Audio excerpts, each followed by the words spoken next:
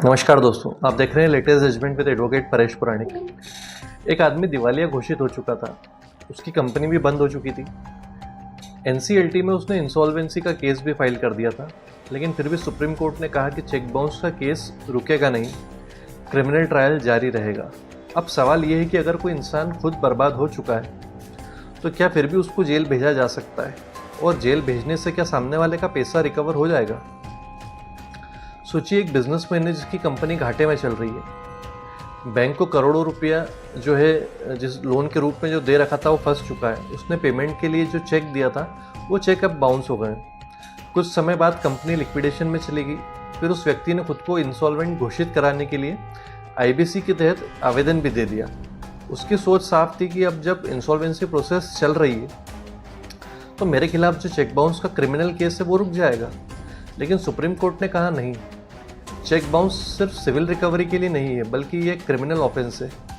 और यहीं से शुरू हुआ एक ऐसा फैसला जो लाखों बिजनेसमैन, डायरेक्टर्स और जो गारंटर्स होते हैं उनकी ज़िंदगी को बदल के रख सकता है। दरअसल ये मामला था दिनेश चंद सुराना वर्सेस यूको बैंक का।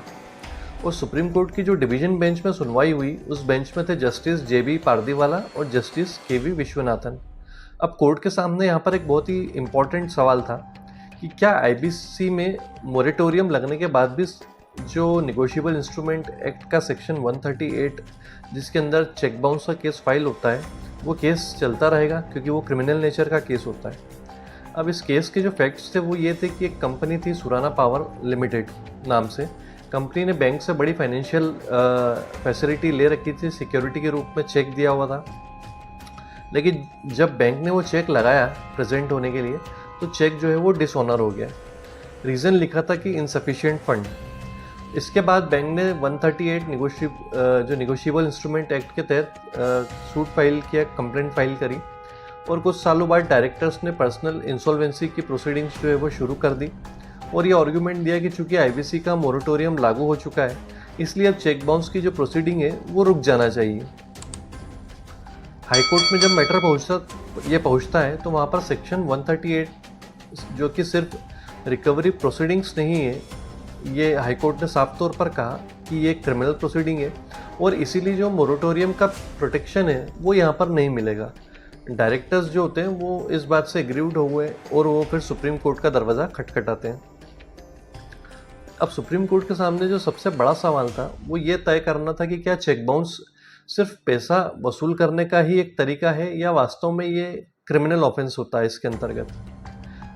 कोर्ट ने कहा, कुछ इंपॉर्टेंट ऑब्जर्वेशंस थे कोर्ट के, कि जब चेक बाउंस का मामला है वो टेक्निकली डेट से जुड़ा हुआ तो ज़रूर है, लेकिन पार्लियामेंट ने इससे क्रिमिनल ऑफेंस बनाया है। क्यों? क्योंकि अगर चेक सिस्टम पर लाखों लोगों का जो भरोसा है वो यदि टूट गया तो फिर पूरी बिजनेस इकोनॉमी ही हिल जाएगी। यहाँ पर डीमिंग फिक्शन का भी एक बहुत बड़ा खेल होता है, क्योंकि कोर्ट ने सेक्शन 138 का जो सबसे महत्वपूर्ण शब्द था उसको पकड़ के रखा, जो कि था डीम्ड। यानी चेक बाउंस होते ही कानून ये मान लेता है कि ऑफेंस हो चुका है, भले ही जो मूल ट्रांजैक्शन है वो सिविल नेचर का है, लेकिन जो चेक डिसऑनर है उसको कानून ने क्रिमिनल बना दिया है। तो सुप्रीम कोर्ट ने साफ कहा कि यदि पार्लियामेंट सिर्फ डेट रिकवरी चाहती तो वो हर अनपेड डेट को क्रिमिनल बना देती, लेकिन ऐसा नहीं हुआ। सिर्फ चेक डिसऑनर को क्रिमिनल बनाया गया है। क्यों? ताकि लोग चेक को देखकर भाग ना जाएं और कमर्शियल ट्रस्ट जो है वो बना रहे। बेसिकली ये civil sheep in criminal wolf's clothing है। कोर्ट ने पुराने फेमस ऑब्जर्वेशन पर भी कहीं चर्चा की, cheque bounce is a civil sheep in a criminal wolf's clothing. लेकिन सुप्रीम कोर्ट ने कहा कि हाँ, इसमें सिविल एलिमेंट तो ज़रूर है, लेकिन डोमिनेंट नेचर जो है वो क्रिमिनल का ही है। और अब आया इस जजमेंट का जो सबसे इम्पोर्टेंट पार्ट है, जिसको हार्ट कहा जाता है। वो ये था कि कोर्ट ने कहा कि जो आईबीसी का मोरेटोरियम क्रिमिनल प्रोसिक्यूशन को रोक नहीं सकता है। यानी कि अगर आपने चेक बाउंस किया है तो इंसॉल्वेंसी प्रोटेक्शन लेकर आप क्रिमिनल ट्रायल से बच नहीं सकते, जो कि इनके डायरेक्टर्स की इस केस में कोशिश भी थी। और प्रैक्टिकली बहुत सारे जो चेक बाउंस के केस होते हैं उसमें जो इंडिविजुअल लेवल पर तो लोगों को इतना समझ नहीं होती, लेकिन जो कंपनी या कॉर्पोरेट लेवल पे काम होता है वहाँ पे जो डायरेक्टर्स होते हैं वो थोड़े स्मार्ट होते हैं, वो तुरंत इंसॉल्वेंसी फाइल कर देते हैं ताकि इस तरह की क्रिमिनल प्रोसीडिंग से बचा जा सके। अब यहाँ पर कोर्ट ने एक इंटरेस्टिंग डिस्टिंक्शन किया। उन्होंने कहा कि सेक्शन 138 में दो पार्ट्स होते हैं, एक क्रिमिनल पनिशमेंट और दूसरा कंपनसेशन रिकवरी।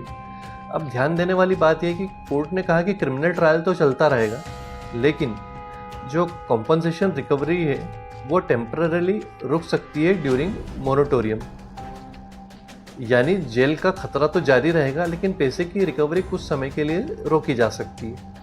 अब डायरेक्टर्स के लिए सबसे बड़ा खतरा क्या था कि बहुत सारे लोग सोचते हैं कि कंपनी इंसॉल्वेंट हो गई है तो डायरेक्टर्स तो बच ही जाएगा, लेकिन कोर्ट ने साफ तौर पे कह दिया कि नहीं, डायरेक्टर्स की जो पर्सनल क्रिमिनल लायबिलिटी होती है वो अलग होती है, और अगर चेक उनके कंट्रोल में इशू हुआ है तो फिर प्रोसिक्यूशन भी जारी रहेगा।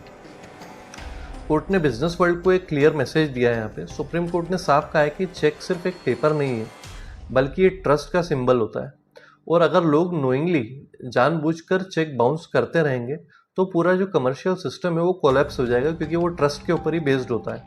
इसलिए डेटरेंस ज़रूरी है। अब इम्पॉर्टेंट लीगल एनालिसिस ये है कि कोर्ट ने कहा कि आईबीसी का उद्देश्य डेटर को ब्रीदिंग स्पेस देना होता है, लेकिन जो क्रिमिनल अकाउंटेबिलिटी है उसको ख़त्म करना नहीं है। यानी कि आप इंसॉल्वेंसी प्रोटेक्शन ले तो सकते हैं, लेकिन क्रिमिनल कंडक्ट से उससे इम्यूनिटी प्राप्त आपको नहीं होगी।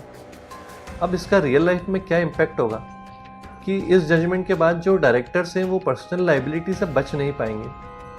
इसीलिए आपने जो भी लोग कंपनी लॉ पढ़ा है जिसने या समझते हैं, उनको ये पता होगा कि जो लिमिटेड कंपनीज होती हैं वहाँ पर लाइबिलिटीज़ जो होती वो एक तरीके से कहने को लिमिटेड होती है, लेकिन कंपनी के बंद होने के बाद भी डायरेक्टर्स की लाइबिलिटी उनकी स्टेट के एक्सटेंट तक जारी रहती है, वो ख़त्म नहीं होती है। और इंसॉल्वेंसी फाइलिंग जो है वो ऑटोमेटिक शील्ड नहीं बनेगी। बैंक्स और क्रेडिटर्स जो हैं वो ज़्यादा एग्रेसिव होंगे, और सेक्शन 138 के जो केसेस हैं वो और ज़्यादा मजबूत होंगे इस डिसीजन के बाद। और सबसे इम्पॉर्टेंट ये कि चेक साइन करते समय लोग अब 10 बार सोचेंगे कि कहीं ये बाउंस ना हो जाए। और जो फाइनल वर्डिक्ट है वो सुप्रीम कोर्ट ने कहा कि सेक्शन 138 की जो प्रोसीडिंग्स है वो क्रिमिनल नेचर की ही मानी जाएगी। आईबीसी का जो मोरेटोरियम है वो क्रिमिनल ट्रायल को नहीं रोक पाएगा, जारी रहेगा।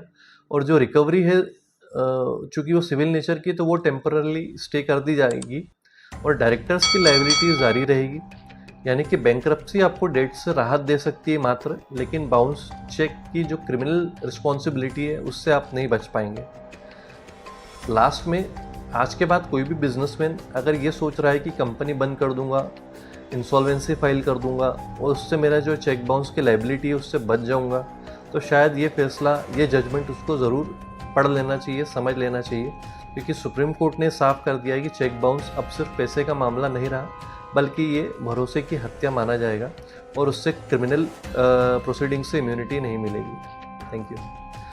और इस बारे में आप क्या सोचते हैं? क्या सुप्रीम कोर्ट को इतना हार्श होना चाहिए, या फिर जो कमर्शियल वर्ल्ड है वहाँ पर ट्रस्ट को बचाए रखने के लिए इस तरीक़े का जजमेंट जो है वो काफ़ी ज़्यादा उत्साहवर्धक और ज़रूरी है?